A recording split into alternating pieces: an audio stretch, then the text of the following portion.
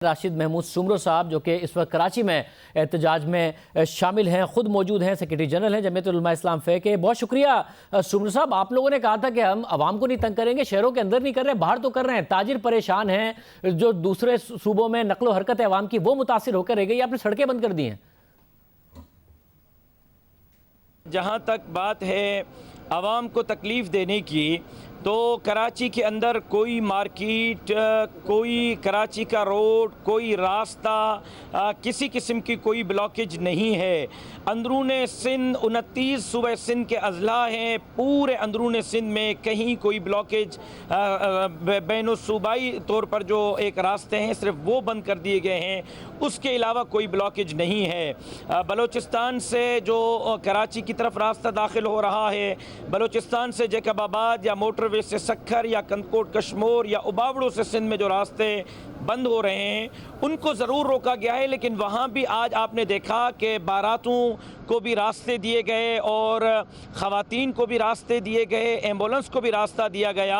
हमने पहले दिन कहा था कि हमारी तहरीक के मुख्तलिफ मराइल हैं, इमरान खान साहब यहाँ इस्तीफ़ा दे दें और हमें प्लान बी की तरफ न ले जाएं। प्लान बी हमारा इससे ज़्यादा सख्त होगा। लेकिन मैं इतना ज़रूर कहूँगा कि ये जो जंग लड़ रहे हैं इसी आवाम की लड़ रहे हैं, इन्हीं गाड़ियों वालों, इन्हीं ड्राइवरों, इन्हीं मजदूरों, इन्हीं मेहनत कशों की लड़ रहे हैं साहब। मगर आपका प्लान ए पुरअमन था, प्लान बी हुकूमत के लिए, इमरान खान के लिए ज़्यादा सख्त है या अवाम के लिए ज़्यादा सख्त है? कराची से लाहौर, लाहौर से पंजाब से सिंध, बलूचिस्तान से कराची सिंध कोई नहीं आ पा रहा है, तो ये इमरान खान को आप ज़्यादा तंग कर रहे हैं या अवाम को ज़्यादा तंग कर रहे हैं? एक्सपोर्टर्स अपना माल नहीं पहुंचा पाएंगे पोर्ट तक, या गरीब आदमी का आप नुकसान कर रहे हैं, पाकिस्तान के ताजिर का नुकसान कर रहे हैं, इमरान खान का ज़्यादा नुकसान कर रहे हैं?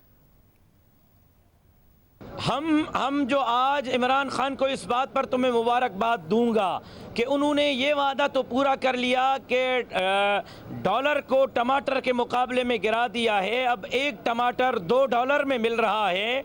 हम ये जो जंग लड़ रहे हैं कि 2-3 दिन ये जो लोग हैं ये बर्दाश्त कर लें।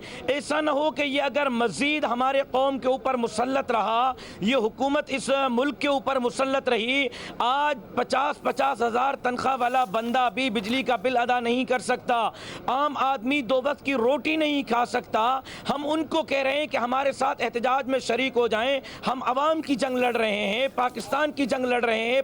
मतलब ये आपका इरादा कितनी देर का है? मुस्तकिल तौर पर अब आपने बंद रखना है या उठ जाएंगे और उसके बाद दोबारा आएंगे? क्या आप लोगों का इरादा है? जाहिर है कि चारों सूबों की तंजीमें आपस से राब्ते में हैं। सिर्फ ये हब रिवर रोड बंद नहीं है, सिंध में 5 जगहों पर ब्लॉकेज है और पूरे मुल्क में तकरीबन 30 जगहों पर ब्लॉकेज है। तो ये जो एहतजाज है 30 ही जगहों पर बैक वक्त शुरू हुआ है। जब ये ख़त्म होगा तो बैक वक्त ख़त्म होगा, बाहमी मुशावरत के साथ। बहुत शुक्रिया वज़ीर इत्तलात सिंध हमारे साथ मौजूद सईद गनी साहब। बहुत शुक्रिया सिंध साहब। आप यकीनी बनाएंगे कि अवाम की नकलो हरकत को महफूज करें, ताजिर को प्रोटेक्ट करें, या फिर क्योंकि आप इत्तेहादी हैं इस सारे के सारे प्रोटेस्ट में भी, बट धरने में आप शरीक नहीं हुए, अब इसमें भी शामिल नहीं होंगे बल्कि हुकूमत का किरदार अदा करेंगे जो हुकूमत को करना चाहिए?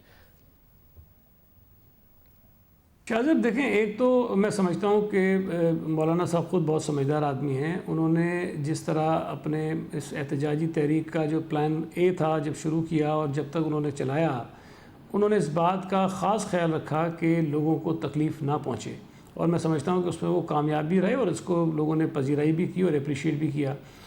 अब जो प्लान बी है उसमें भी जो रैबर कमेटी की मीटिंग हुई उसमें ये बात कही गई थी कि वो ऐसा कोई एहतजाज नहीं करेंगे जिससे लोगों को तकलीफ़ पहुँचे।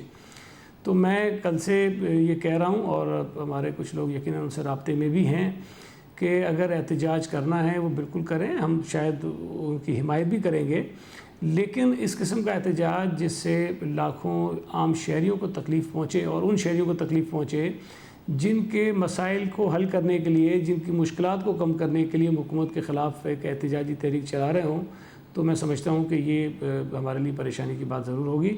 और हम कोशिश करेंगे कि मौलाना साहब को या उनके जो भी यहाँ मकामी लीडर्स हैं उनको इस बात पर कन्विंस करें कि प्रोटेस्ट करें ज़रूर, लेकिन इस तरह से करें कि लोगों को तकलीफ़ ना पहुँचे। बहुत शुक्रिया, मस्बत बात है। सईद गनी साहब कह रहे हैं हम कोशिश करेंगे उनको समझाने की।